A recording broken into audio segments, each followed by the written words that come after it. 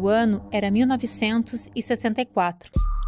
Em 31 de março, o Brasil foi dormir numa democracia e acordou numa ditadura. O presidente João Goulart, do Partido Trabalhista Brasileiro, foi deposto num golpe. O senador Auro de Moura Andrade declarou no Congresso vaga à presidência do Brasil. E esta comunicação faço ao Congresso Nacional tomar a atitude que lhe cabe nos termos da Constituição brasileira. Assim sendo, declaro vaga a presidência da República.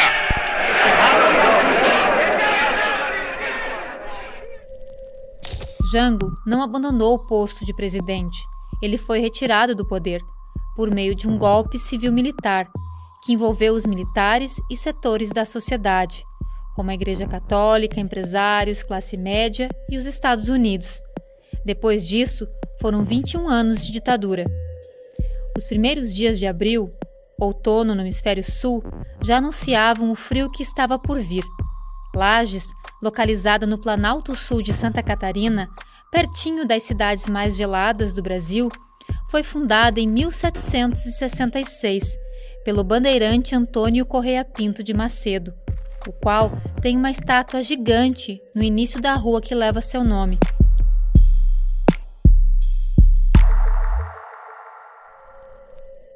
O que foi o regime militar? Acho que para nós compreendermos o que ele foi, a gente tem que pensar um pouquinho por que ele aconteceu. Então ele vem a acontecer no momento em que a sociedade brasileira está passando realmente por uma mudança muito forte. É o momento em que você tem na rua muitos movimentos. Movimento campesino, movimento de mulheres, movimento negro, movimento indígena. E toda essa movimentação na rua assusta um pouco. Aí você também tem, por outro lado, dentro da questão política, um governo com um certo alinhamento para a esquerda. E que tem propostas fortes, como, por exemplo, reforma agrária. E quando esse governo traz essa questão da reforma, quer dizer, distribuir terra para pessoas despossuídas, rever todo esse processo fundiário no Brasil, você vai ter, então, uma série de forças que resistem a isso. E acaba acontecendo o golpe. O golpe, como foi pensado, foi uma tentativa de colocar o Brasil novamente no rumo. Mas a questão é, para qual rumo? No rumo do quê? Aqui em Lages houve uma opinião mais quase unânime, foram favoráveis ao João Goulart, que o lagiano, como sempre, não aceitava uma imposição, uma investida na área democrática como foi planejado pelos militares, né? Era tarde da noite quando o professor e jornalista Edésio Nericaon se dirigia para casa, após dar aulas na faculdade, que ficava no extinto prédio do Colégio Aristiliano Ramos, no centro da cidade. Chegou a ser avisado que ele e os companheiros seriam presos. Mesmo assim, não pensou em fugir ou se esconder. Na madrugada, ele e os outros homens foram levados de suas casas pelos militares para o 2º Batalhão Rodoviário com sede na cidade. Entre os presos estavam homens ligados ao Partido Trabalhista Brasileiro, um comunista convicto, mas também aqueles que não faziam ideia do porquê foram detidos. Os militares tinham uma lista com o nome de quem deveria ser levado ao batalhão. A relação dos presos teria sido entregue pelos dirigentes lagianos da União Democrática Nacional, a UDN, e do Partido Social Democrático, o PSD. Eu lembro dele sendo preso, lembro ele de pijama na área da nossa casa, na Travessa Internacional, aqui em Lages, na madrugada. Ele foi preso com toda a decência, permitiram que ele colocasse a roupa, não fosse de pijama, e ele subiu num jipe junto com 3 militares. Foi abordado e foi conduzido com toda a decência para o ato. Não houve nenhuma truculência. Ele tinha sido preso por pensamento político. Minha mãe sempre dizia que meu pai não tinha cometido nenhum ato infracional, nenhum crime.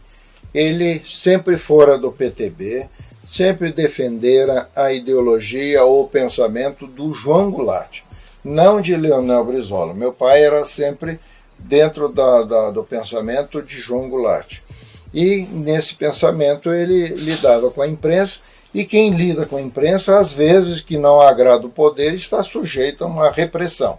O que houve foi uma repressão, e minha mãe nos dizia que nós tínhamos que ter calma, que o pai voltaria, porque ele tinha apenas divergência política, não tinha cometido nenhum crime.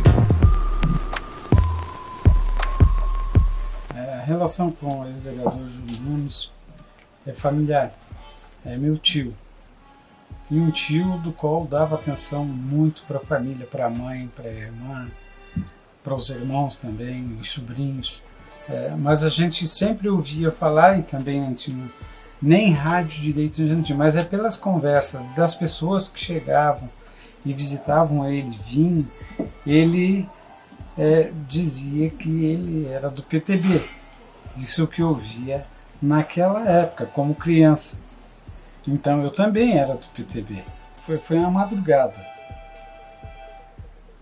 E a gente viu a movimentação de carro, porque o local que nós morávamos é o mesmo local que eu moro hoje, só que em 1964 era uma rua projetada, que é a Rua Rodrigues Alves. E ali era um local onde tinha tem o Rio Cará, era um banhado. Então, só chegava ali carro forte, se fosse o caso, nem o carro do batalhão, que traçado, chegou às mais ou menos 2 horas da manhã, deram voz de prisão. Eu, como criança, olhei pela janela e vi bastante soldados, um caminhão carregado de soldados, com, acho que escopeta, não era fuzil naquela época era chamado de fuzil. E a gente se assustou, porque para que tudo aquele soldado para prender quem não tinha feito mal? Aí se armou, vestiu uma camisa e obedeceu a voz de prisão. E isso é que eu vi, simplesmente levaram ele, mas não vi fazerem maus tratos, não. E daí ele teve junto, mas não, em nenhum momento, assim, eu ouvi falar que ele foi maltratado lá. Não. Fizeram interrogatório, provavelmente nos interrogatórios não saiu, digamos, ela não conseguia, não tinha nada para dizer que viesse afetar a ordem nacional. Liberaram ele. O que eu sei do Julico, como ele era chamado, é que ele era muito envolvido com as causas populares. Então, ele era envolvido com os movimentos de bairro, por conta disso ele foi vereador. Mas ele não era exatamente, embora fosse do PTB, né, não era exatamente uma pessoa de esquerda. Talvez ele nem tinha essas noções políticas, ele não era uma pessoa que tinha tanta instrução. E me parece que em 64, aqui em Lages, as pessoas envolvidas com algumas questões mais populares ou com algumas ideias mais relacionadas com as ideias do João Goulart, me parece que essas pessoas não foram bem vistas logo que ocorreu o golpe de 1964. E uma das coisas assim que eu tenho muito na memória é ouvir minha avó, a irmã dele, contando que assim que ele foi preso, ela e minha bisavó, a bisa Joana, que eu não cheguei a conhecer, que elas ficaram com muito medo de tudo e pegaram as imagens que elas tinham do João Goulart, a carta testamento do Getúlio, né, por conta do populismo. Né, apesar das questões que envolvem o João Goulart em 64, não tem como não ver o João Goulart como herdeiro de uma corrente populista, né, do Getúlio Vargas. E elas com medo de repressão, né, com medo do que aconteceu, dessa prisão, elas foram para o quintal e queimaram as fotos que elas tinham do João Goulart, queimaram as fotos que elas tinham do Getúlio, queimaram a carta testamento, porque ficaram com medo. foi presidente da Liga Serrana de Esportes, aqui em Lages, muito ligado ao esporte, né? Mas ele chegou a ser preso, né? Ele era funcionário do IAPI, né? Mas depois ele foi eleito vereador e a vida continua, a vida dele. Quando a coisa esquentou, foram criadas 3 assim, comissões que avaliavam o comportamento dos PTBistas, então. Um deles era um grupo comandado pelo partido da UDN, outro grupo partido do PSD e outro era do Partido de Representação Popular, que era o do grupo do antigo Ação Integralista Brasileira, né? E eles se reuniam na sede dos partidos para apontarem quais seriam as pessoas subversivas aqui em Lages. Era uma nominata que o comando do batalhão pediu que fosse feita pelos representantes dos 3 partidos que eram democratas, porque o PTB não era considerado democrata, era revolucionário e que ameaçava através dos grupos de 11, não se sabe da história, né? Os famosos grupos de 11 punham em perigo a estabilidade, a paz das cidades, etc. e tal, a harmonia. E esses 3 grupos fizeram listas, cada um a sua, e levaram para o batalhão. Era tão exorbitante essa lista que o próprio comando chamou os diretores de partido, dirigentes partidários, e disse que não era possível prender tanta gente. Isso eu só soube depois, né? O batalhão recolheu o pessoal todo lá e achou que não podia ser que nominasse apenas aqueles que julgavam extremamente perigosos. Aproveitaram na calada da noite, na minha casa bateram 1h30 da madrugada. Entraram por um corredor que tinha do lado, hoje tem a caixa econômica. Entraram pelo corredor onde entravam os vendedores de lenha e me bateram na porta dos fundos, na janela dos fundos, é porta e janela, né, Maria? Porta e janela. É. Por sinal, o sargento que foi lá, com a patrulha, o comandante da patrulha, era um conhecido meu, amigo, filho do camarada que fazia, era o que tocava o cinema do Mário Souza, do Marajoara. E era da minha idade, mais ou menos, né? E era sargento. É hora do comandante, você só vai lá e já volta. Queria me levar, eu disse que não, eu estou na minha casa. Amanhã me chama, eu vou lá, não tem problema. Não, mas a hora é você ir lá agora. Não, mas lá eu não vou. Delícia espontânea vontade, eu não vou. E a janela aberta, né? E eu com o telefone na mão, telefonei para o comando do batalhão. O comando do batalhão tocou a campainha e não atendeu. Naquele tempo o telefone era... Mas quando chegou no outro dia de manhã, às 7 horas, apareceu, tiraram todos os policiais do batalhão, soldado do batalhão, botaram um soldado da polícia. Aí tínhamos no corredor da casa, tinha 2, 3, na rua dos fundos lá, na quadra dos fundos, no terreno da casa que eu tinha lá, tinha saída nos fundos. Também tinha, e na frente, esvaziaram todos os pneus, eu tinha um carro, uma rural, esvaziaram todos os 4 pneus e o estepe, para eu não poder sair. E foi assim que me levaram ao batalhão. Fiquei 3 dias lá, depois me trouxeram em casa com toda a cortesia. Júlio Nunes, Edésio Nerica 1, o Dr. Alceu Porto Alegre. Mas nem todas foram ao mesmo tempo. Tem aquela leva daquela noite, que foi uma batida que eles deram, mas depois andaram pegando mais alguns. Na verdade, houveram algumas prisões em Lages, principalmente no dia 2, 3 de abril, e estas prisões estavam ligadas ao pensamento de um grupo que fazia, acatavam as mensagens de, principalmente, Leonel Brizola. Estas pessoas eram apenas idealistas.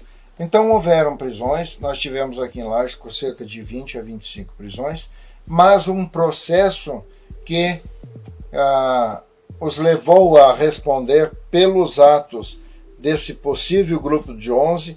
Foram 11 processados, num processo que terminou na auditoria militar em Curitiba, e 2 foram processados no mesmo processo, nos mesmos autos, que foram meu pai, Edésio Nericaon, por ser diretor de jornal e permitir um artigo de Arnaldo Valtric contrário a quem tinha ascendido ao poder. Então, Arnaldo e Edésio foram processados pela lei de imprensa. Os outros foi pela lei de segurança nacional. É um artigo que tinha como título Abaixo os Tubarões, que circulou entre o dia 1º e o dia 2 de abril. E esse artigo foi o que decretou a prisão, tanto de Arnaldo como de meu pai, por ter permitido a publicação desse artigo. Eles tinham todos os jornais lá, com tudo que nós escrevíamos. Porque as pessoas que foram alvo das prisões, aí, das injustas prisões, eram nossos amigos, eles eram todos ligados ao Partido Trabalhista Brasileiro, PTB, né? Os Caons aí, o João Ratti, né? Enfim, o Dr. Bica, o Dr. Ariovaldo, uns quantos conhecidos da gente aí, amigos da gente, pessoas das relações da gente, foram detidos injustamente, sob suspeita, não se sabe do que, porque ficaram lá depois, foram liberados, e os que os prenderam, detiveram, não souberam explicar por que detiveram eles. Eles tinham os informantes, lamentavelmente, Lages tinha 1 ou 2 dedos duros, que entregavam, talvez, desafeto, pessoas de ideologias diferentes deles, assim, e os caras vinham, meio que na calada da noite, de manhã cedo ali, e levavam. Era assim que eram feitas as prisões aqui em Lages. Aqui não houve truculência maior, diferentemente do que houve em Criciúma, sul do estado, em Florianópolis e outras partes do país aí, né? Eu sei quem é o engenheiro que fez o mapa para prender os caras aqui. Eu sei quem foi que endedou, eu sei quem é que levou isso, quem é que fez isso, eu sei tudo. Isso aí foi feito em vários estudos através do comando do antigo 2º Batalhão Rodoviário, né? Que eram jurisdicionados à 5ª Região Militar e ao 3º Exército sediado em Porto Alegre. Essa 5ª Região Militar é sediada em Curitiba e o 3º Exército em Porto Alegre. Então foi através do batalhão de olheiros, como se diz, né? Essas pessoas foram visadas pelos seus comportamentos, talvez, né?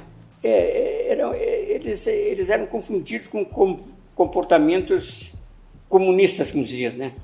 Antidemocratas, né? Depois queria que a gente acusasse os outros, porque era um por um cada vez. E um não podia saber o que eram os outros. E depois jogavam um contra os outros. Isso a gente só soube depois, né? Montaram um tipo de questionamento, fizeram um questionário em que pediam que o que estava sendo ouvido acusasse um dos companheiros.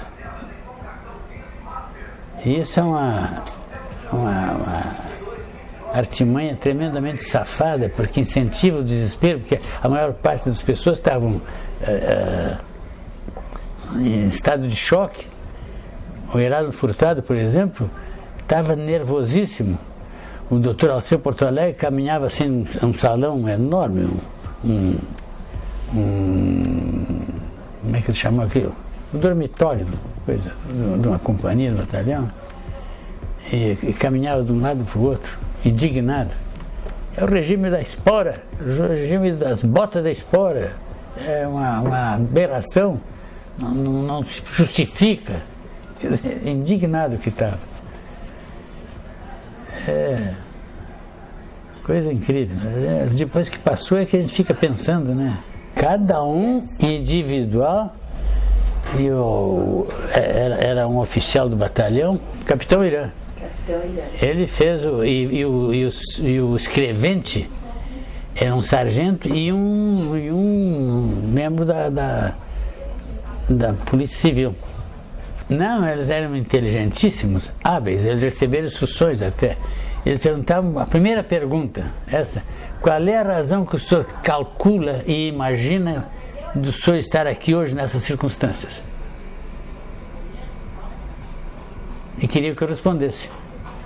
Os presos de 64, que foram indiciados, passaram anos esperando até que fossem absolvidos pela Justiça Militar, em julgamento na 5ª Região Militar em Curitiba, no ano de 1969. Mas o estrago estava feito. As marcas do autoritarismo não são esquecidas facilmente. A vida desses homens e de suas famílias ficariam marcadas para sempre. Alguns foram levados para Florianópolis e ficaram presos no batalhão da Polícia Militar da capital. Entre os presos, Edésio Nericaon e Jaime Garbelotto, o comunista. Eu era funcionário público federal do Ministério da Agricultura, fazia serviço de proteção do trigo, auxiliava os plantadores de trigo para preparar o plantio. 7 de abril, não março, 7 de abril, eu saí de lá. E em junho eu perdi o emprego. Porque o meu emprego era autônomo, aqui, com sede aqui embaixo, onde agora tem uma livraria ali embaixo. E eles tiraram todo, fecharam aquilo ali e botaram lá em cima no posto e queriam que eu fosse para lá. Só que lá o clima era extremamente hostil, era insuportável. E eu pedi então licença por uns tempos para aliviar, né? E eles disseram que não podiam dar e eu pedi uma licença sem vencimento de 1 ano, que tinha um benefício legal que dava isso. E eles disseram que não dava só se eu ficasse lá até vinha a solução. Eu não fui mais porque era demais a pressão que eles faziam sobre a gente, né? Porque tudo quanto era acusação que eles faziam era na lata, sem o mínimo respeito. Eu me senti tremendamente ofendido, mas não podia reagir de forma nenhuma, porque o negócio era... A minha livraria foi patrulhada, todos os livros foram verificados, etc. e tal, aquela coisa. É uma pressão moral muito grande. Meu pai ficou preso 42 dias. Ficou aqui em Lages uns 20, e lá em Florianópolis convergiram os presos políticos do estado de Santa Catarina todo. Então nós tivemos alguns ilustres políticos que continuaram na vida pública, como Pedro Ivo, como Luiz Henrique, que tinham mesma ideologia do PTB e também estavam presos por pensamento. Essa prisão por pensamento foi que levou a maioria das pessoas. Nem todos os presos de Lages foram para Florianópolis. Para Florianópolis foram de 8 a 10 presos daqui. Não foram todos, não, que foram presos originalmente. Sim, minha mãe visitou, nós éramos pequenos, eu tinha 11 anos, meu irmão tinha 5, e minha mãe foi a Florianópolis, visitou, meu tio na época era deputado estadual, Evilásio Caon, e também tiveram facilidades de acesso a eles, claro, dentro das regras a que estavam submetidos, a regra da polícia militar lá em Florianópolis, aqui a regra do batalhão, do 2º Batalhão Rodoviário, mas tiveram acesso sim. Mas eles foram eficientes. É uma hipótese que eu levanto, que era uma tentativa de silenciar, né? Silenciar um foco, que não era um foco de ação política, mas era um foco mais de pensamento político. Os Caon, que eles eram os Caon sempre foram muito destacados do ponto de vista intelectual, né? Então era um foco de pensamento que tinha que ser silenciado. Uma vez ele estava buscando as pastas, porque a coisa era organizada por épocas, né? Essa pesquisa de futebol. Então os clubes vinham em ordem cronológica. E ele me mostrou, ele me cedeu o material das pastas do Inter em diante, né? De 1949 em diante. Mas na pesquisa histórica, o Inter não surgiu do nada, aqueles jogadores já jogavam em algum lugar. E eu perguntava, seu Jaime, isso veio de onde? Um dia ele foi buscar essas pastas e ele pegou alguns manuscritos que não estavam em pastas. Eram folhas de papel ao maço, nitidamente com a letra dele, que ele separou e deixou em cima de uma mesinha e foi pegando. Seu Jaime, isso é sobre futebol também? Não, isso aí são histórias pessoais. Eu falei, histórias pessoais? São memórias? O senhor está escrevendo uma... Não estou escrevendo, eu já terminei de escrever. Eu falei, mas são memórias? Eu disse assim, eu não quero falar sobre o assunto, Maurício. Aí eu falei, poxa, Jaime, mas eu quero. Ele disse, não, você é muito petulante. E encerrou o assunto, mas aquele material ficou em cima da mesa e eu olhava e disse, não, Maurício, isso são coisas que eu escrevi, que eu não quero esquecer.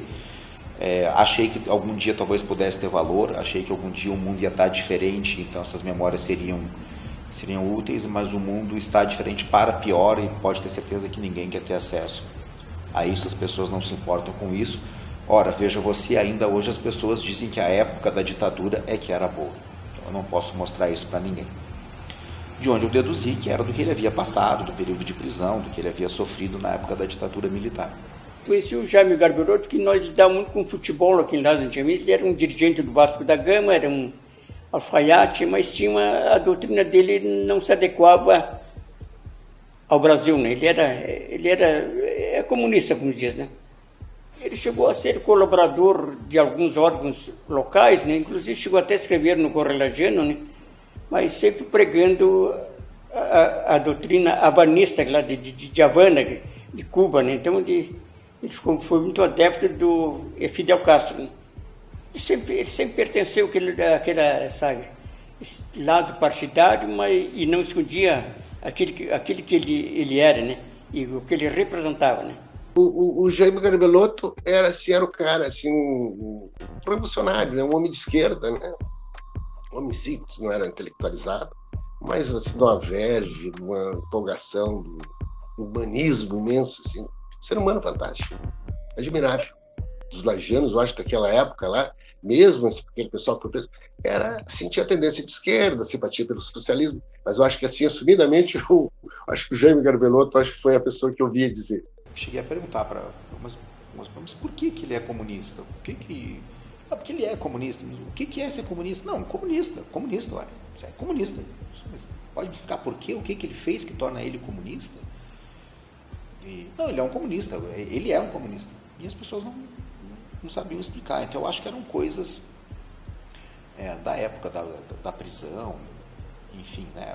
Jaime Garbelotto eu conheci na época, quando piá, e sempre o irmão dele, Djalma Garbelotto, foi o advogado de todos os presos políticos de Lages, porque o Djalma morava em Curitiba e era um advogado já renomado e fez a defesa de todos os presos políticos de Lages.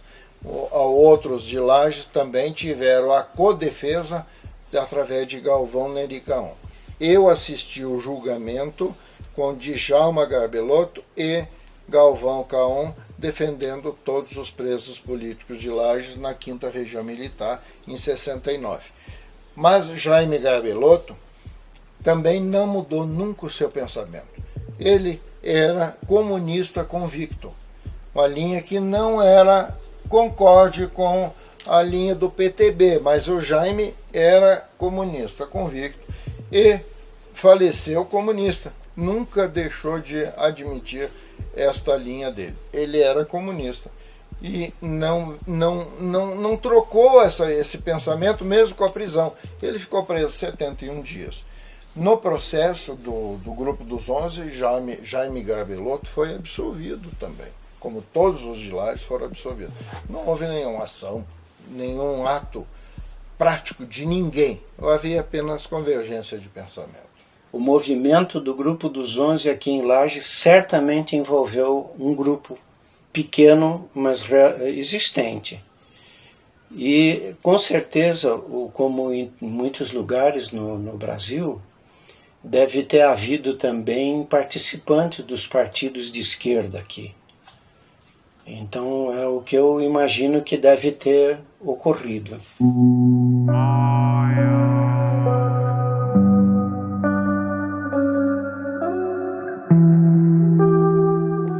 atuação da Igreja Católica, enquanto instituição, neste período da história do Brasil, foi no início de apoio e contribuição ao golpe civil-militar. Em Lages, este comportamento parece ter permanecido durante o regime.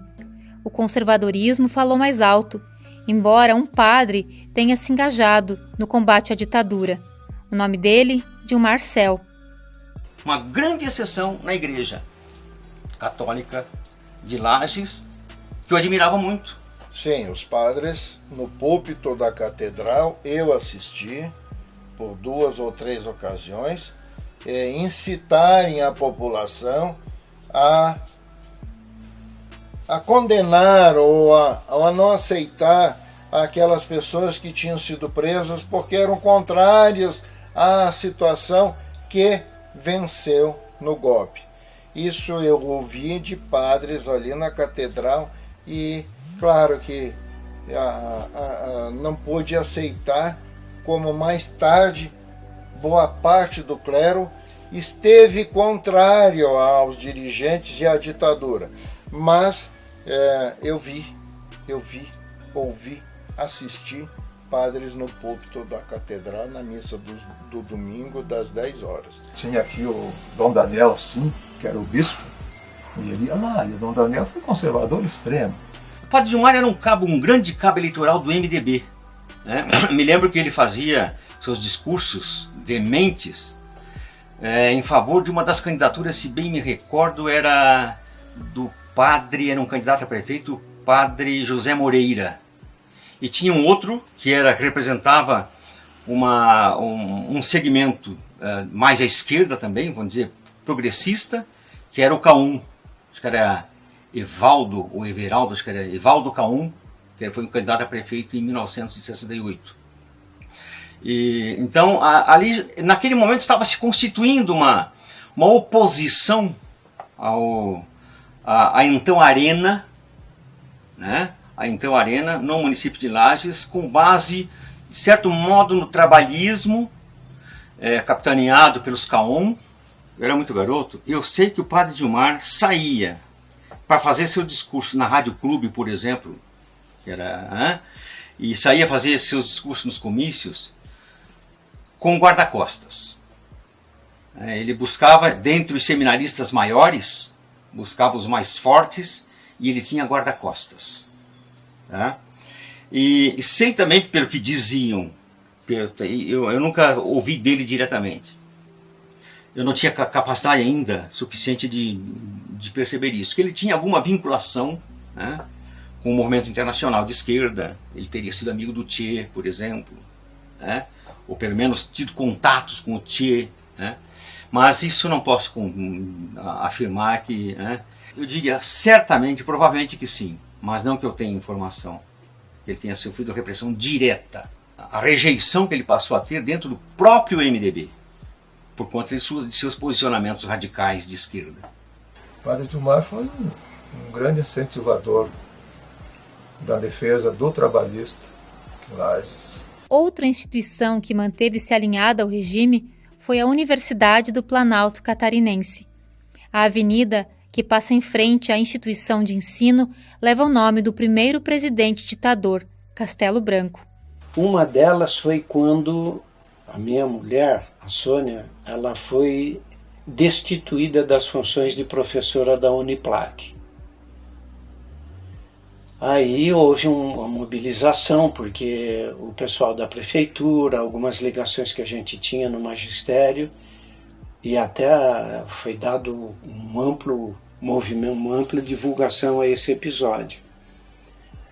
E ela deu pronunciamentos e tal, e foi chamada lá no batalhão para dar explicações do discurso que ela tinha feito nessa ocasião.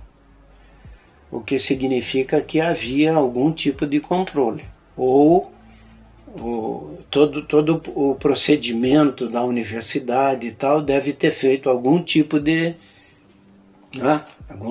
denúncias lá para ela sofrer esse tipo de responsabilização, digamos, né? Não passou disso também, não evoluiu.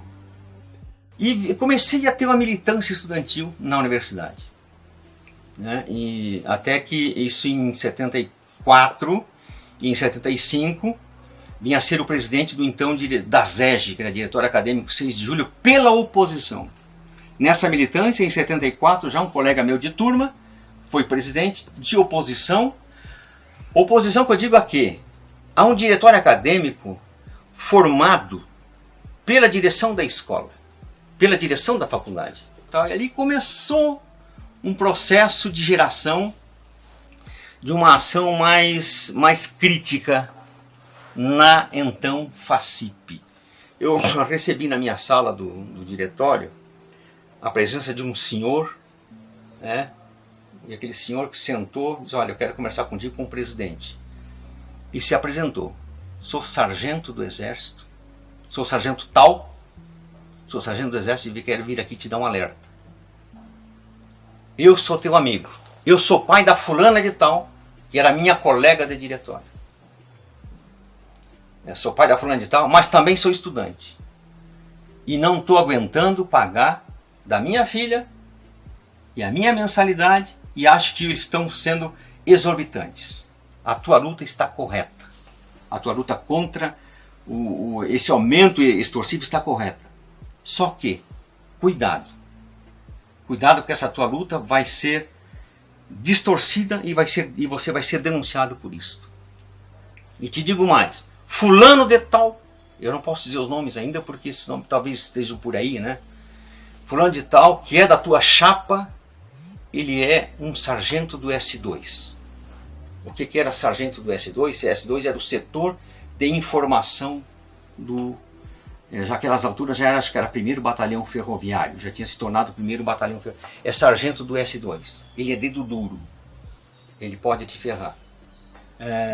Vamos informar o S2 antes que ele informe do jeito dele. Assim, na cara dura. Então autorizei ele que informasse, ok, então por favor, informe lá quem é o S2 lá. O S2 é o capitão tal, que era, enfim, né? Sei o nome dele também, se for o caso, mais tarde quem sabe posso dizer. O S2 é o capitão tal. Então informe o capitão tal do que nós estamos fazendo, que a nossa luta aqui não é subversiva. Era. Do ponto de vista... mas... Só que na aparência, ele de fato informou. Né? Informou o S2. Enfim.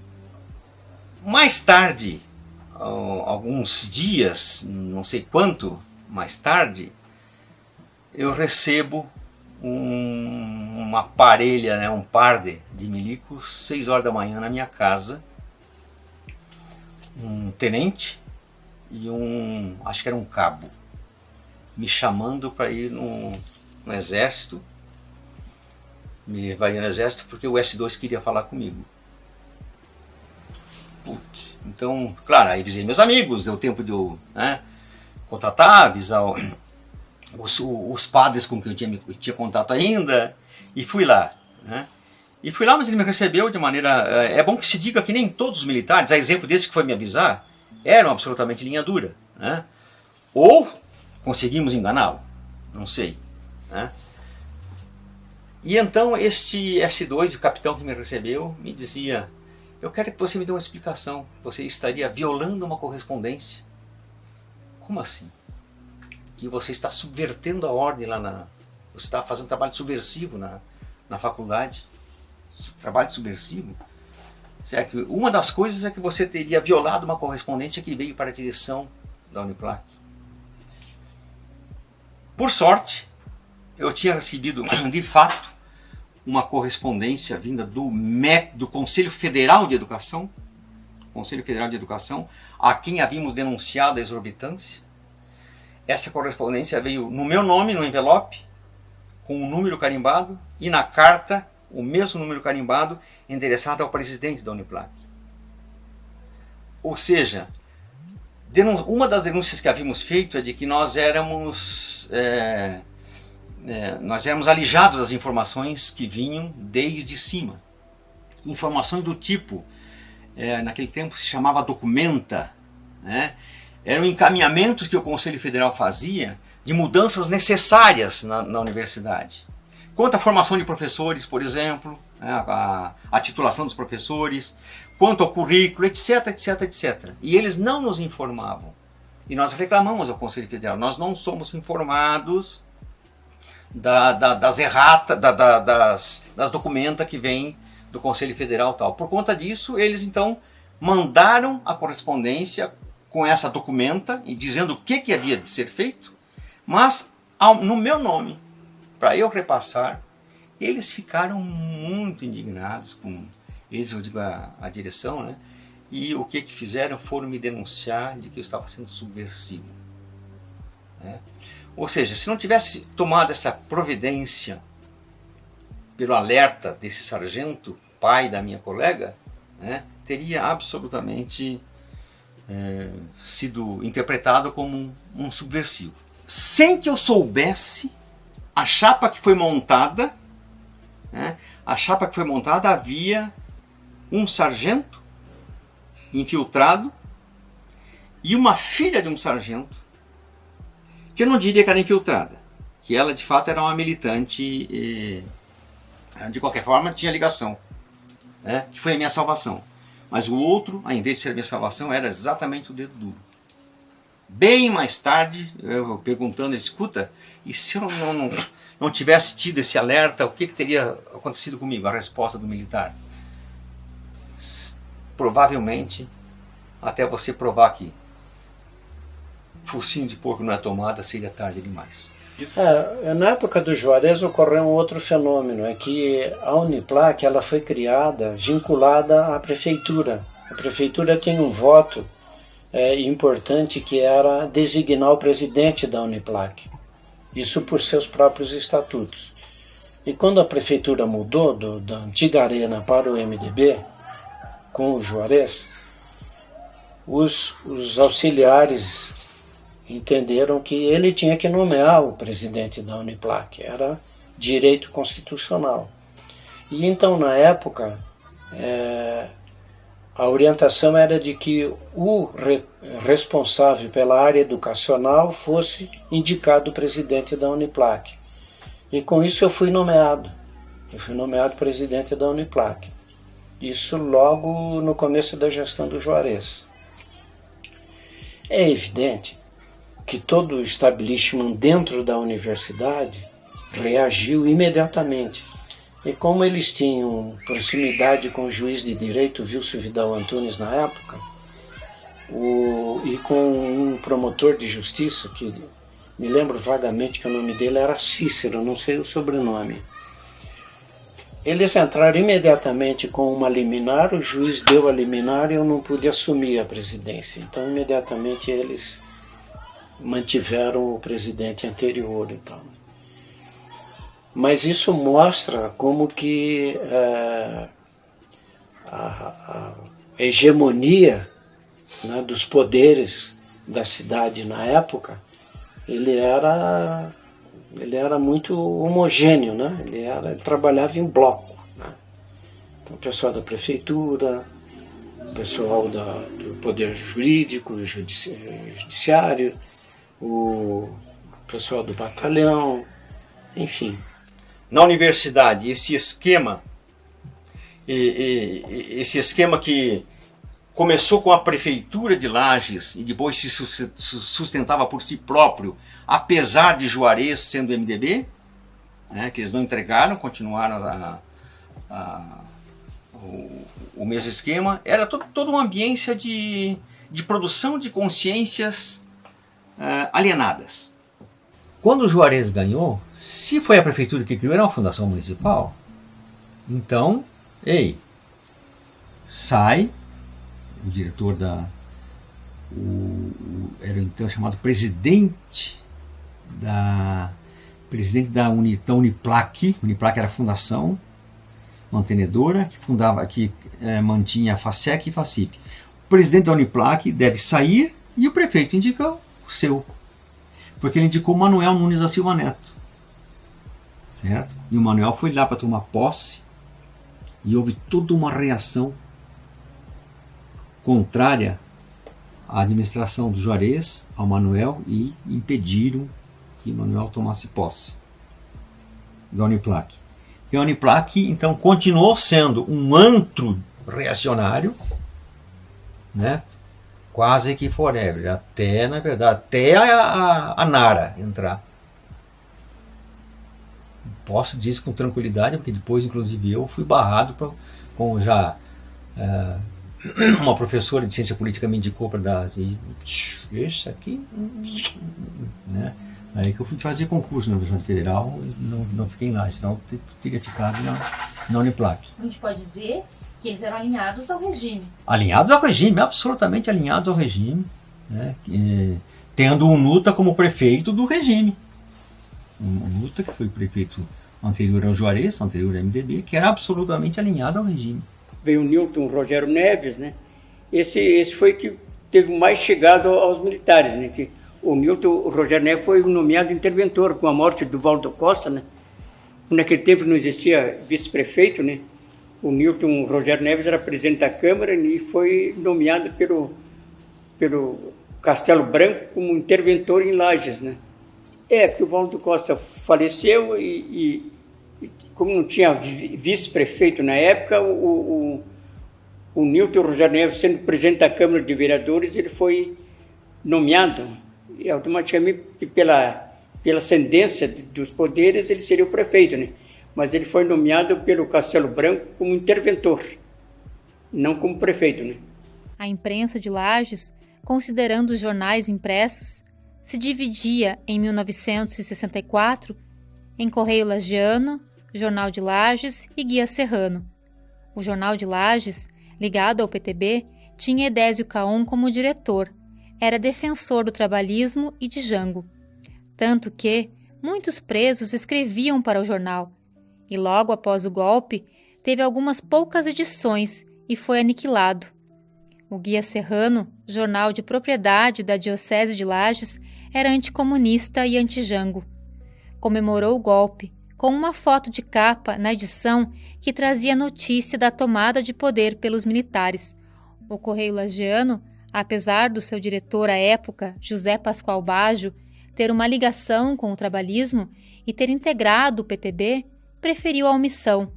Não fosse isso, não teria resistido ao regime. Durante a ditadura, o jornal manteve uma boa relação com os militares, por meio do batalhão sediado em Lages. Mas me parece que a imprensa em Lages, pelo pouco que eu sei, compactuou com as ideias, ou então foi muito velada na forma de falar, porque a forma como tu escolhe as palavras e como você faz essas palavras circularem podem mudar profundamente o sentido das experiências, né? Então me parece que as palavras que foram utilizadas pela imprensa local durante o golpe e durante toda a ditadura sempre foram palavras muito veladas. Praticamente vivemos 21 anos meio assoldados, principalmente a imprensa era meia combatida, meia vigiada, como se diz, né? Sempre mantivemos uma linha que não poderia haver muita preocupação, né? A nossa linha ficou uma linha independente, de modo que não fomos incomodados pelos militares, né? O jornal, apesar de ele não foi visado pelos militares, né? Houve fechamento de um outro órgão de imprensa local, que era o Jornal de Lages, né? E o Correio Lagiano ele passou incólume, né? Então esse nosso jornal ele foi bem recebido aí pelo batalhão, né? E tinha até um coronel Ibiapina Lima. Esse coronel ele usou o jornal para fazer artigos atinentes à revolução, dando uns encaminhamentos, o que representava a revolução para o Brasil, né? Então ele usou muito o jornal para fazer artigos como defensor da revolução e como comandante do batalhão rodoviário que era na época, né? O jornal aceitou essa imposição e acabamos, como o jornal era muito bem visto perante os militares em Lages, ele não foi atingido, né? Através, eu recebia do próprio diretor, o senhor José Pascoal Baggio, uma incumbência de evitar notícias tendenciosas e contra o movimento revolucionário, né? Então tinha que jogar como mandar o figurino na época, né, de escrever aquilo que na realidade dizia presente aos militares, né? Aceitar a situação nacional e política, né, da época, né? O jornal deu todos os atos institucionais, né? Até o AI-5, que foi o mais rigoroso de todos, né? E o jornal, como não poderia deixar de ser, exibia as notícias, né? E dava lá as cassações de mandatos, né? De perda de direitos políticos através da classe política, né? E o jornal sempre noticiou esses fatos. Nunca nem aceitávamos colaboradores aí contrários ao movimento revolucionário de 64, né? O meu pai, Evilásio e Circe Nicolelli, faziam parte da Sociedade do Correio Lagiano. E, um pouco antes, em 63, eles saíram do Correio Lagiano e fundaram o Jornal de Lages, aí de uma linha ideológica ligada ao pensamento do PTB, o Partido Trabalhista Brasileiro, uma linha mais trabalhista da época, perfeitamente identificado. Ele veio e circulou durante um bom período até uma semana ou duas depois da Revolução, daí foi fechado. Ele foi fechado exatamente porque a linha divergia dos vencedores do golpe. E a linha do PTB era a linha de João Goulart, que foi deposto. O Jornal de Lages ele foi fechado, né? Ele foi, como diz, empastelado, como se diz, né? Na época, o termo que se usa jornalisticamente, né? Ele foi fechado porque devido aos dirigentes que foram atingidos pela Revolução, né? Não chegou a ser um jornal crítico contra o regime. Ele era um jornal só porque ele tinha uma propriedade, como se diz, né? Era propriedade de alguns que foram atingidos, né? Defendia. Era um jornal conhecido como trabalhista, né? O Correio Lagiano também foi um jornal trabalhista. Até 1958 era um jornal trabalhista, que fazia a política do Partido Trabalhista Brasileiro, mas depois, com o negócio da Revolução, aliás, antes da Revolução, o jornal mudou a sua linha editorial, né? Foi um jornal independente, como se diz, né? Não poderia dizer que a imprensa estivesse sempre a nosso favor. Eles estavam sempre a favor daquilo que é tido, digamos, como establishment, né? E as duas gestões, a do Juarez e do Dirceu, elas contrastaram, né? O pessoal tinha vivo que tinham sido as administrações anteriores, né? A hegemonia da oligarquia Ramos na Serra, que ela é histórica, né? E aquilo tinha sido uma ruptura. Foram 10 anos de um intervalo longo nessa relação. Então, nós tínhamos a imprensa local que dava espaços, mas era um espaço oferecido na medida em que precisava dar espaços também, porque aquilo significava renda, né? Mas do ponto de vista da análise política e tal, era sempre um certo afastamento, senão até uma negação mesmo, né? As rádios davam cobertura, mas as rádios interioranas, elas sempre foram cativas, né? De um certo poder local, né? Então, dificilmente elas poderiam ousar a ponto de adotar uma postura, infelizmente, como até hoje é, né? A imprensa, se não for, ela só é independente quando ela é alternativa, né? O município, palco do extermínio de indígenas, da escravização de pessoas negras, do predomínio do latifúndio e da exploração ambiental, teve, desde os primeiros dias do golpe civil-militar, prisões pelo exército brasileiro. E no decorrer do período militar, os opositores não tiveram vida fácil. Foram vigiados. Centenas de documentos comprovam que suas ações políticas e sociais eram acompanhadas de perto pelo regime.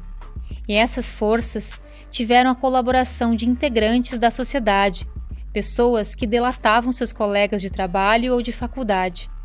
O simples fato de ter certas atitudes era suficiente para seus nomes serem levados ao conhecimento das autoridades de segurança. Mas outros aproveitaram-se dessa caça às bruxas para denunciar pessoas com quem não simpatizavam. E a administração do prefeito Dirceu Carneiro, em plena ditadura, símbolo de resistência e oposição ao regime, não passava despercebida. Um dia eu me surpreendi e fui chamado nessa S3 para explicar como tinha sido a minha participação em São Paulo. É evidente que eu imaginei que tinha sido dedurado porque era algum desafeto, né?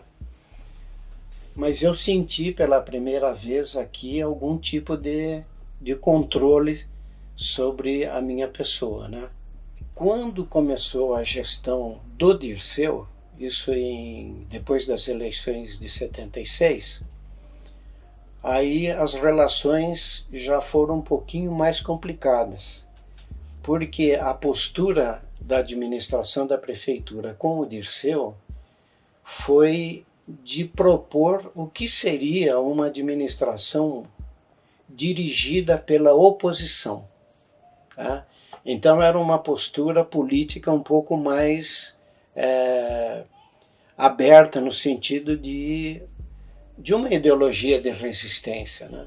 Quer dizer, ser uma prefeitura de oposição significava ter algo diferente em relação às demais e principalmente levar em conta como gerar projetos na direção de uma melhoria dos segmentos mais necessitados da população e, ao mesmo tempo, tendo como aso a criação de canais de participação popular. Então, era um projeto político um pouco mais arrojado. Daí tinham as histórias ainda aí, que o vizinho que não gostava do vizinho, então antes chegava lá e dedurava. Tem uns, prefiro não citar, algumas pessoas que são conhecidas como dedo duros, por exemplo, fizeram isso com seus vizinhos.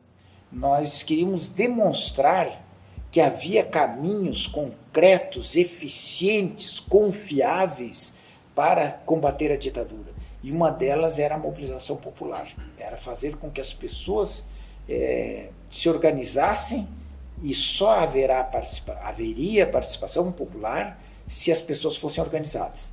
E a ditadura, ela é o ambiente da desconfiança. E então o que a ditadura faz? Ela vai colocando agentes para um espionar o outro.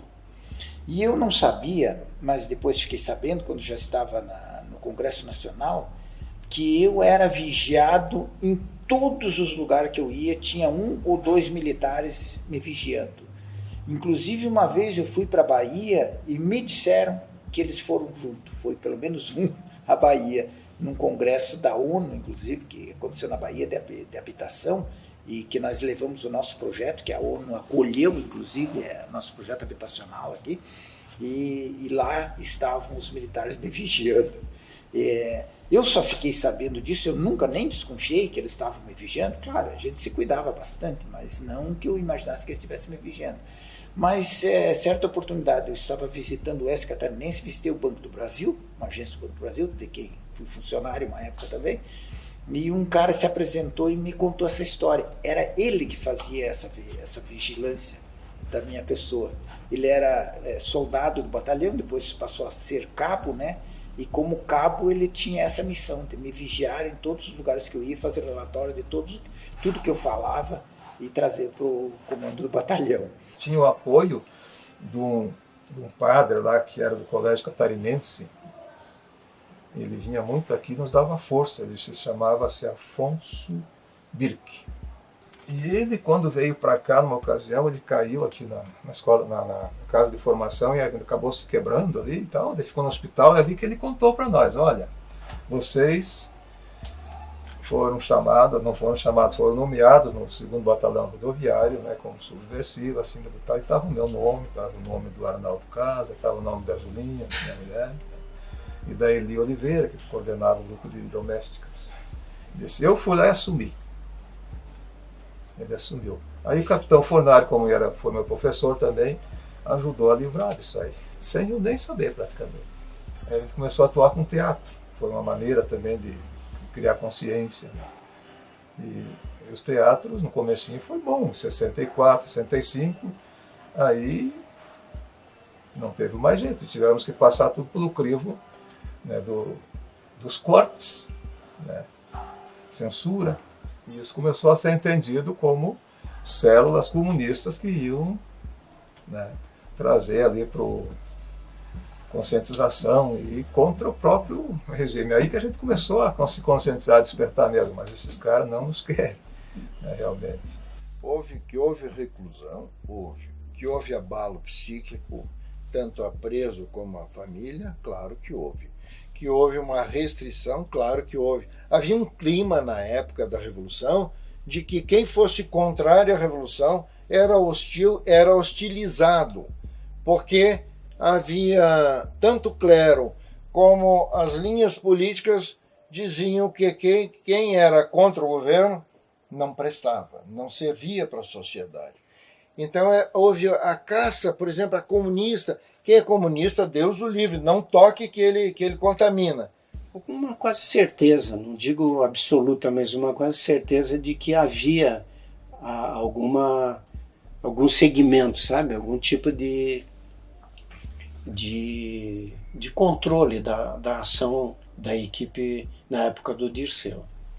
Eu era o líder da oposição, eu ia para o confronto. Então, olha, telefonemas para minha casa, aterrorizando minha família, foram muitos. Eu saía para viajar, eles diziam que eu ia sofrer um atentado na viagem. Esse é um negócio que, se a pessoa for meio fraco, a pessoa rengueia, se entrega, sabe? Aos 8 anos de idade, Daniela foi sequestrada pelos militares. Durante as intermináveis horas que passou dentro de um carro escuro, não percebeu o que estava acontecendo. Do outro lado, a mãe, vereadora de oposição, articuladora política e companheira do prefeito que afrontava a ditadura com práticas democráticas, vivia a agonia de não saber onde a filha estava e se voltaria a vê-la. A mais velha, a Daniela, ela foi retirada da sala de aula com uma certa apreensão da parte da professora. A menina ficou a manhã toda sem ninguém saber onde que ela estava, o que denota aí já um avanço um pouco maior nas relações que a gente começava a perceber da parte do exército, né? No caso do batalhão. Uma vez fizeram um assinte com o Dirceu, simularam um sequestro da Daniela, da menina dele e tal. Isso foi a coisa mais violenta que aconteceu. Eu sei que não foi uma coisa muito pública, né? Eu soube já estava resolvido. Parece que pegaram a Daniela e, sei lá, simularam um sequestro, um rapto, né? Mas em seguida foi resolvido e tal. Porque, na verdade, o pai da Terezinha era do Exército, né? Então tinha uma ligação, não era uma coisa muito distante, né? Bom, esse foi um episódio muito, muito marcante, muito contundente, muito triste, por ele mexer na intimidade. Talvez esse tenha sido o aspecto mais contundente de todo nosso período aqui em relação à ditadura. E as recomendações que os próprios militares ligados conosco, que não era o pai da Terezinha, recomendaram não me envolver muito na questão, estando longe, para não alarmar demais, e de modo que eu não participei do episódio em si. E quando eu cheguei aqui, as coisas já estavam resolvidas, a Daniela já estava em casa, e a questão foi mais a história da equipe. Eu lembro de ter ido para a escola normalmente, e da gente estar naquela zoeira de começo de aula, assim, sabe? Quando o professor chega e diz, todo mundo fica quieto. Chega alguém e diz para mim, conversa com a professora e a professora me chama e me encaminha para a diretoria. Eu estudava no anexo do colégio, que hoje é lanchonete, restaurante, por ali, e eu fui encaminhada então ao colégio. Então eu lembro de toda a majestade da arquitetura, né, daquele baita corredor, escadarias, e você seguindo, né, um ente que tá te arrastando lá para ir conversar com a diretora, que já é uma coisa complicada. Aí, chegando lá na sala da diretora, ela disse para mim assim, ó, você fica aqui, você tem que ficar quietinha aqui, que vai acontecer algumas coisas, tá? Por alto, assim. E, de repente, ela disse para mim, ó, tu senta aqui embaixo da mesa. Daí, né, daquela estranheza, o que tu vai fazer embaixo da mesa? E ela me manda sentar embaixo da mesa. Eu lembro que tinha um lixeiro de madeira, quase do meu tamanho. Ela afastou o lixeiro e disse, ó, tu senta aí. Beleza. E aquilo demorou. E eu fiquei um pouco embaixo da mesa e lógico que saí, né? O que eu ia ficar fazendo embaixo da mesa, né? Uma criança. E as janelas eram janelas grandes e tem um peitoral. Então, eu fui numa janela, olhei. Aí eu vi que ao redor do colégio, ao redor do portão, tinha um monte de soldadinho de mão dada. Aí eu olhei aquilo, tá, achei estranho, mas não me dizia respeito, né? Aí fui na outra janela, olhei também, enxergava os soldadinhos de mão dada. E umas alturas eu enjoei e sentei naquele beiral. Então, os vidros estavam fechados, mas as escuras estavam abertas e tinha um espaço que dava para sentar. E eu fiquei sentada ali um tempo. E via movimento lá embaixo, entra e sai de soldadinho. Poucas outras pessoas, não via criança nenhuma. Quer dizer, as crianças estavam tudo em sala, então. E daí, umas alturas, a diretora voltou para a sala e me pegou sentado na janela. Ela disse, Deus o livre de você sentar aí, você fique aqui onde eu te falei, tá. Daí ela fechou a janela. Aí aquilo passou mais um tempo e eu saí dali com a diretora e numas alturas eu já não estava mais com ela, já tinha só outras pessoas juntas. Mas eu fui, escutava a voz dela e eles me botaram num carro. Eu estava tentando lembrar se essa saída do colégio ela foi por um lugar que não era o caminho habitual. Eu, como de rotina, tinha saído de casa para levar a Dani na escola, deixando em casa os outros dois filhos, a Ana e o Rafael. A Ana de 1 ano e meio e o Rafael de pouco menos de 6 meses.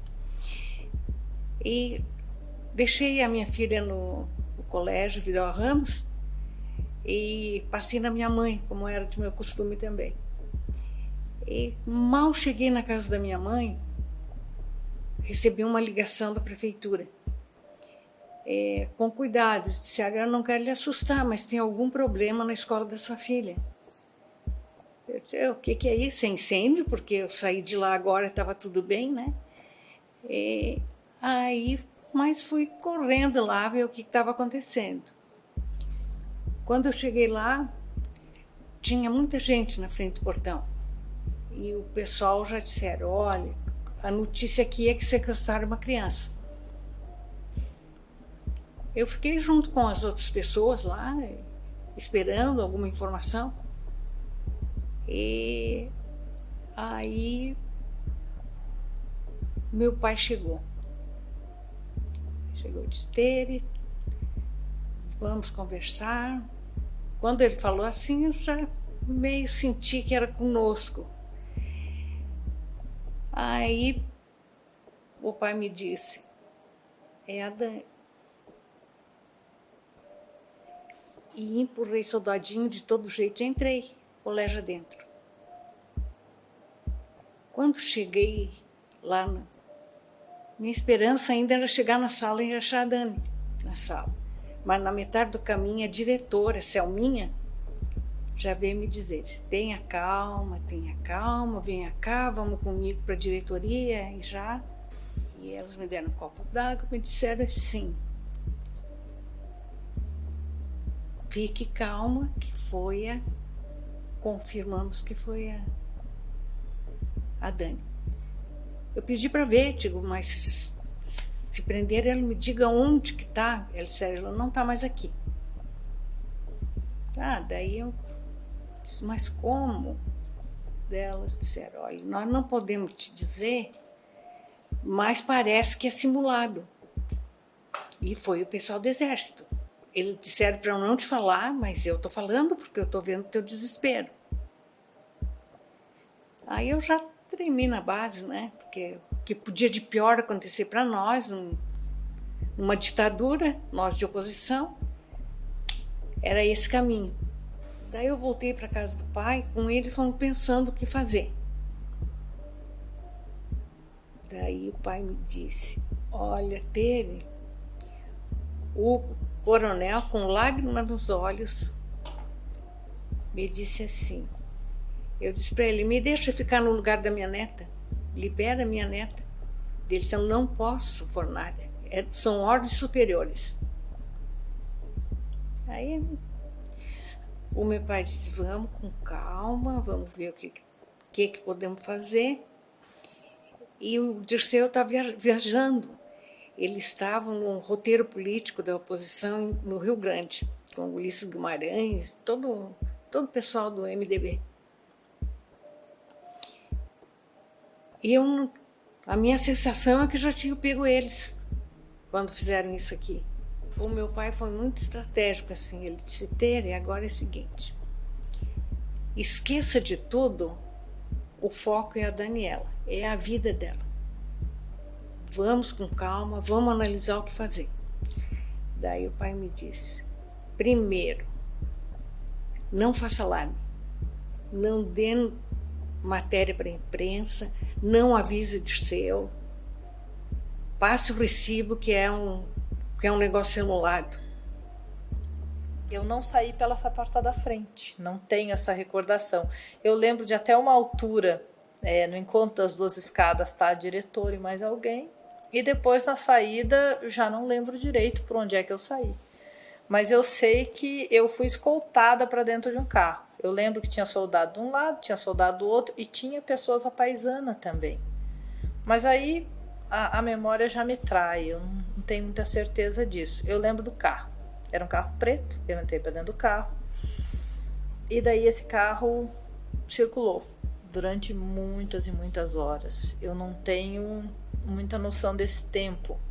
Eu lembro que o carro batia embaixo, às vezes quando tinha uma certa velocidade ele batia no chão, no asfalto, no calçamento, no piso. O carro sempre, eu não podia olhar pela janela.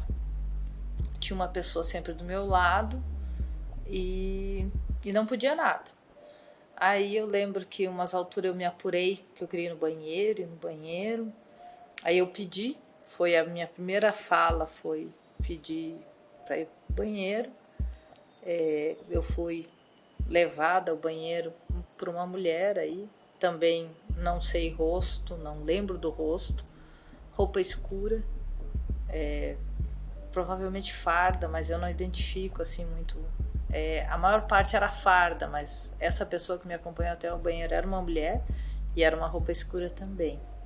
O barulho era trânsito e aquela coisa que tu não sabe para onde é que tá indo e também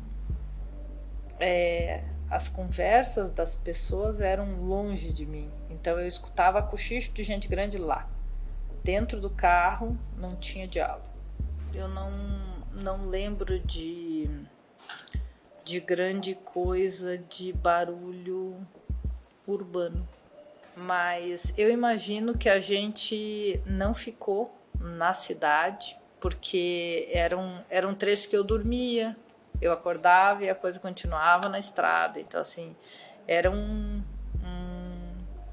tinha, às vezes era asfalto, às vezes não era asfalto. O carro parou poucas vezes. Quando parou, eu não pude ver muita coisa no entorno. Essa história do banheiro, eu lembro que ficou uma pessoa abriu a porta, a outra pessoa ficou do lado e uma mulher me acompanhou. Eu lembro pela voz dela, por aqui, não aqui, abriu a porta do banheiro. E essas outras pessoas que estavam aqui eram homens.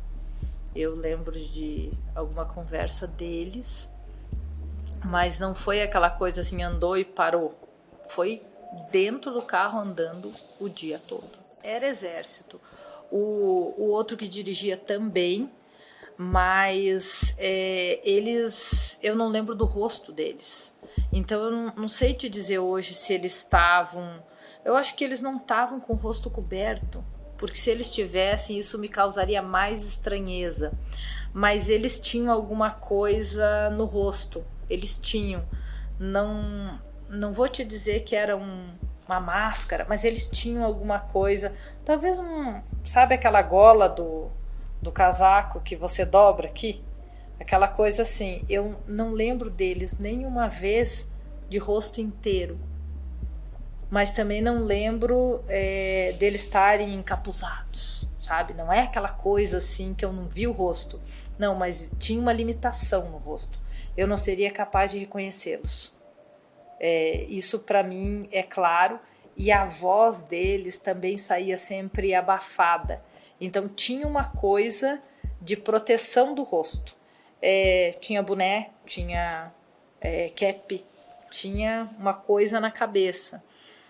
E eu acho que era cap, mas eu não tenho certeza também se não era boné. Eu posso estar misturando com o que o vô usava.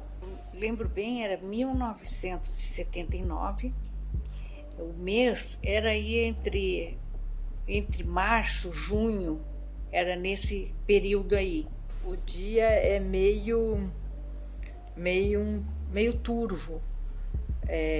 Ele é tenso, mas ele não tem uma violência física específica. É essa coisa velada, é esse medo, é essa incerteza, né? 79 eu devia ter 8 anos, 8 por aí. Nesse giro eu não tenho, vamos dizer assim, consciência de ameaça, de medo. Tem aquele peso da incerteza, que você não sabe bem nem quem está te levando, nem para onde está te levando. E quando tu pergunta pai, mãe, já vão chegar. Vão chegar. E nós também para onde daqui a pouco a gente chega. E é isso. Pois a agenda era um jantar dançante no batalhão. Eu não sabia se ligava as coisas, se tinha a ver, se não tinha. Aí com meu pai junto, o pai disse, mantém. Tudo bem, pai, vamos embora. Aí eu fui com o pai para casa, não vi mais nada. Até que à noite nós fomos lá pro jantar. Ninguém falava nada, todo como se fosse normal. Quando foi por volta de 10 horas da noite, mais ou menos, apareceu uma pessoa, paisano, que eu não conhecia, não era do batalhão, porque o batalhão, eu cresci lá dentro, tinha nossa, meu pai como militar, eu ajudava a fazer as festas lá sempre ajudava a fazer as festas de todo mundo lá no batalhão. Então, esse senhor me disse assim, olha, eu vim me desculpar porque eu pensei que a senhora estava informada. Ai, me deu uma revolta muito grande. Aí eu disse para ele assim, olha, meu senhor, eu não autorizaria nenhuma pessoa adulta que dirá uma criança a ser usada dessa forma. De forma nenhuma tenho conhecimento. Se tivesse, eu denunciaria, não aceitaria de forma nenhuma. E perguntei para ele, e aonde que está minha filha? Que eu tinha a impressão que estava no batalhão, que eles iam me entregar ali. Porque nós éramos como de casa, assim, era coisa de jantar que as crianças iam junto. Aí ele olhou para o relógio, assim, e só olhou para mim e disse, me dá licença? Ele saiu, voltou um pouco e disse o seguinte: já entregaram sua filha, já terminou. Eles me entregaram aonde? Ele saiu de novo para ver aonde que tinha entregue a Daniela. Daí voltou dizendo o seguinte: na frente da prefeitura.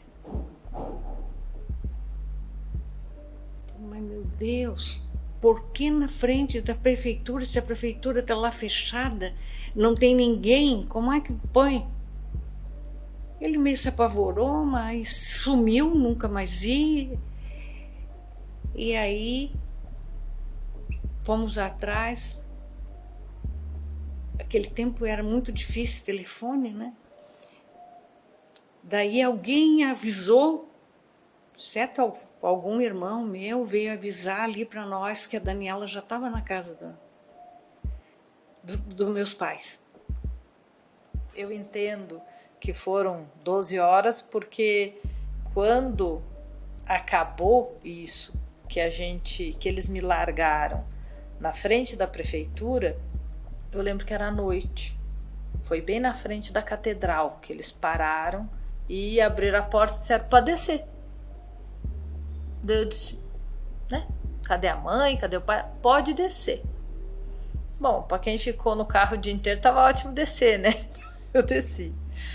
E eu lembro que eu olhei a catedral iluminada, a prefeitura iluminada. Eu fui até o guarda da prefeitura, que era bem meu conhecido, porque nesses trânsitos de filho de político, a gente volta e meia. Eles atrasam para uma reunião, atrasam num evento e tá, e você acaba ficando amiga do guarda, né? Porque ele vai ficar contigo até aquele horário, tá? Aí eu lembro de chegar até ele. Ele é a pessoa, não vou saber o nome dele, mas era a minha referência, a guarita da prefeitura. Eu cheguei ali, eu não sei se ele ligou para alguém, se ele conversou com alguém, talvez até tenha ligado. E daí ele disse, eu vou te levar na casa do teu avô. Porque a casa da avó é muito próxima ali, 2 quadras da prefeitura. Então ele pegou e me levou a pezinho lá. Fomos lá, ele me entregou lá e beleza, né? Daí a vida segue. Nunca isso nos foi justificado, nada. E nós sabemos certinho que não tinha nada a ver com simulação. Mesmo porque não se falava em sequestro naquele tempo. Não tinha, que só sequestro, só de... Então é isso que eu relato. Foi para mim é uma chaga que nunca fecha, porque com qualquer que mexesse, já mexia comigo. Imagine a minha responsabilidade de mãe e saber que ela foi usada politicamente para nos ameaçar. Eu tenho convicção, sabe? Porque nada justifica pegar uma criança, que eles podiam ter pego um boneco, ou não precisavam ter pego nada, porque não foi nenhuma hora feito uma cena pública. Não há o que justifique, não há. Por que pegar uma criança e deixar, como ficou a minha filha, a maior parte dentro de um camburão da polícia, do exército? Ela ficou detida por mais de 12 horas. E a lembrança que ela tem é dentro do camburão. Nós nunca fomos atrás também, e até não denunciamos mais, uma por causa do meu pai. O pai temia muito que eles identificassem a pessoa do exército que nos avisou. Não sei também o que aconteceria se nós não soubéssemos, sabe? Porque o pessoal que se sensibilizou conosco, eles disseram, olha, cuidado que eles estão com os carros alinhados para sair. Não sabemos para onde, mas estão alinhados para sair. É um dia meio nebuloso, assim, né? É um dia pesado, porque tem nele algumas coisas que eu sinto, mas eu não compreendo.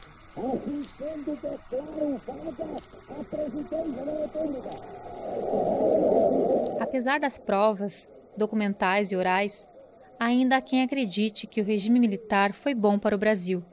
Penso que tem muita ignorância a respeito do período, mas não somente isso. É como se as pessoas entendessem que reconhecer a ditadura, os crimes dos militares e também dos civis no regime é ser de esquerda. Como se direitos humanos e justiça fossem prerrogativas de quem tem alinhamento político à esquerda. Essas deveriam ser bandeiras de todos. Uma sociedade democrática tem espaço para pensamentos diversos. Entretanto, os fatos históricos não podem ser negados. Pesquisadores de diversas áreas se debruçam em documentos, em memórias de pessoas para interpretar o período. É importante que a gente acredite na ciência. O melhor caminho para quem ainda tem dúvidas do que foi o regime é buscar o conhecimento. Toda vez que você tem um governo muito autoritário, muito conservador, você vê uma perda para esses grupos que mais dependem do Estado, né? Então, no caso específico dos negros, por conta de toda a sua trajetória de escravização, de não direito de posse da terra, de falta de educação e de tudo mais, eles precisavam muito do Estado. Só que o Estado que a gente tem aí durante o período ditatorial não é um Estado que vai abrir portas, que vai abrir acessos e que vai dar as condições para que haja realmente uma transformação na vida deles, uma transformação social para eles. Então, e o movimento negro, que poderia ter essa força reivindicatória, está na clandestinidade. Então ele não consegue fazer muita coisa.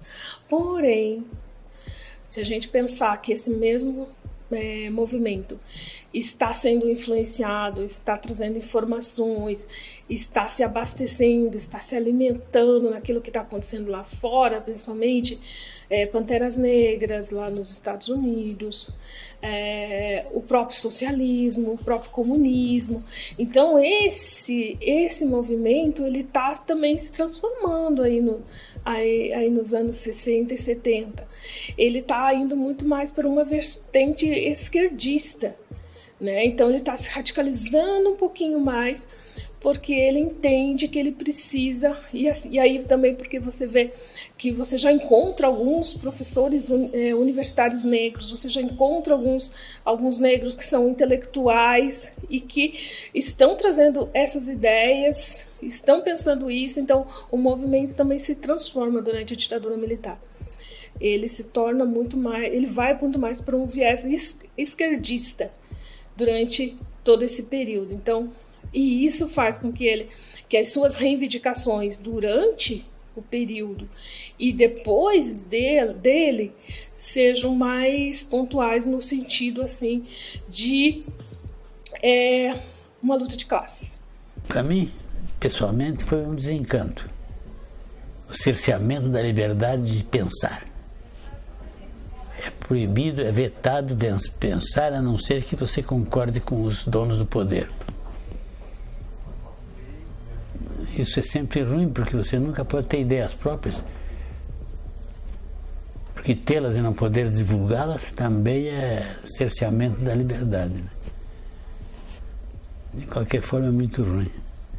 Claro que a prisão e a hostilidade que apareceu dentro da própria comunidade de Lages, em alguns momentos, o pressionaram psicologicamente.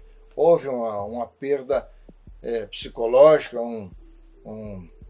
digamos, um momento de desespero para as famílias que, de repente, foram hostilizadas porque não comungavam do pensamento político vencedor do golpe.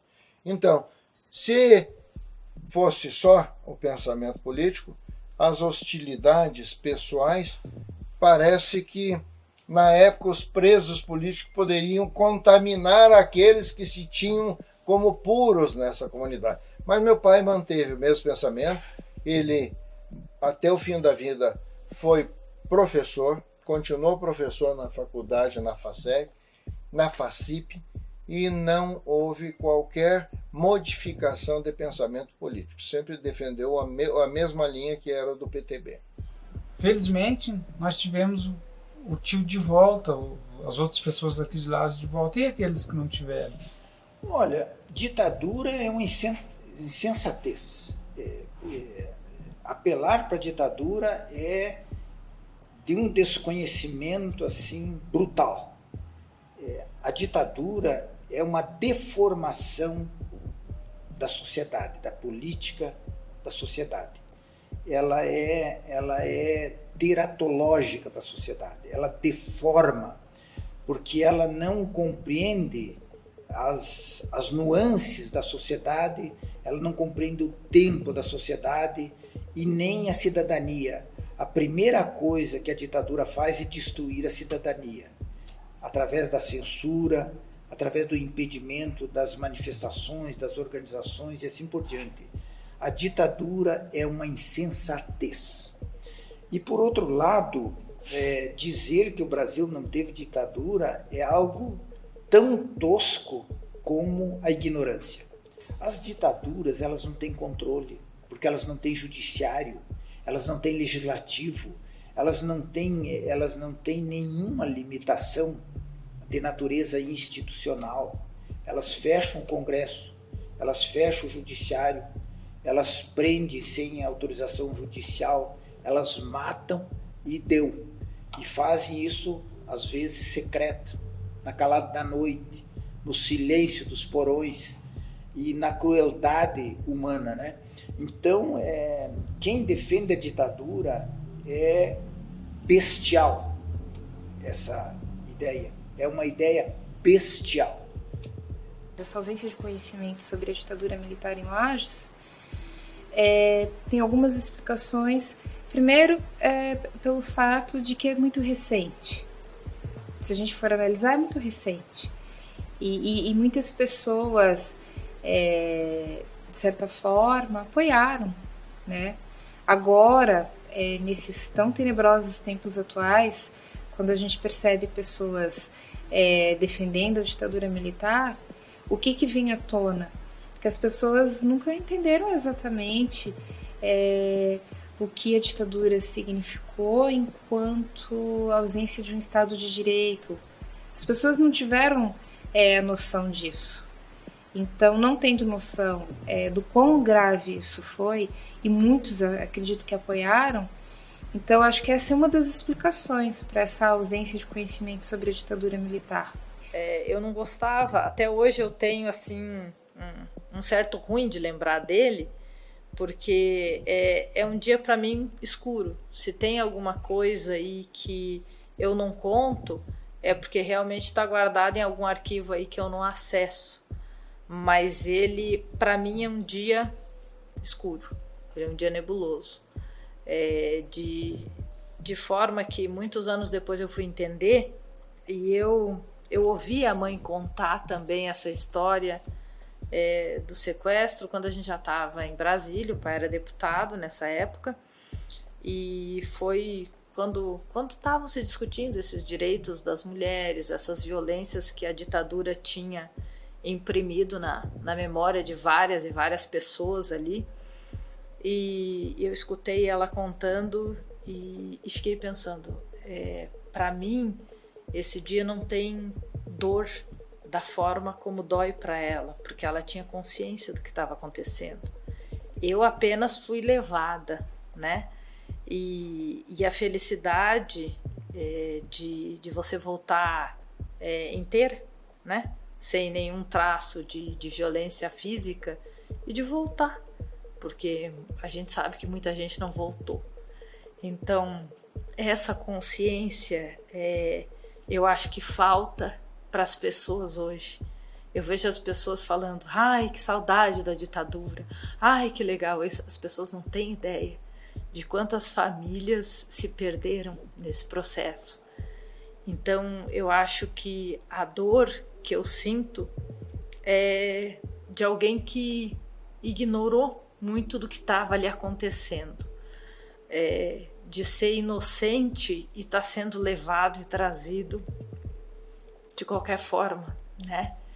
E a gente sabe que muita gente que foi levada, foi torturada, foi doada para outra família, nunca retornou para casa, né? Então, eu acho que a gente tem a agradecer os caminhos que levaram a isso. O vô, com certeza, costurou isso dentro do batalhão, porque ele era uma pessoa benquista, ele tinha esse trânsito dentro da casa, né? E a gente sabia que as informações que ele trouxe para a mãe, e a gente lendo isso dessa distância hoje, a gente entende que provavelmente a articulação dele segurou com que não me levassem para fora. Porque a gente sabia, a gente via e conhece pessoas que perderam família nessa época, né? O que o pai e a mãe fizeram nessa época fizeram muita diferença na redemocratização desse Brasil.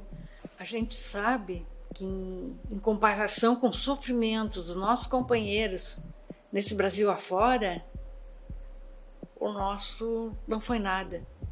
Mas para o nosso sentimento, meu Deus, eu posso dizer que é uma chaga que nunca fecha.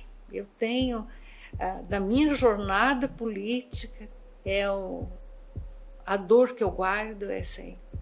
Nós não arredamos um passo, ninguém modificou nada, continuamos a mesma luta da mesma forma, mas eu fiquei sobrecarregada por não falar com o Dirceu, tive que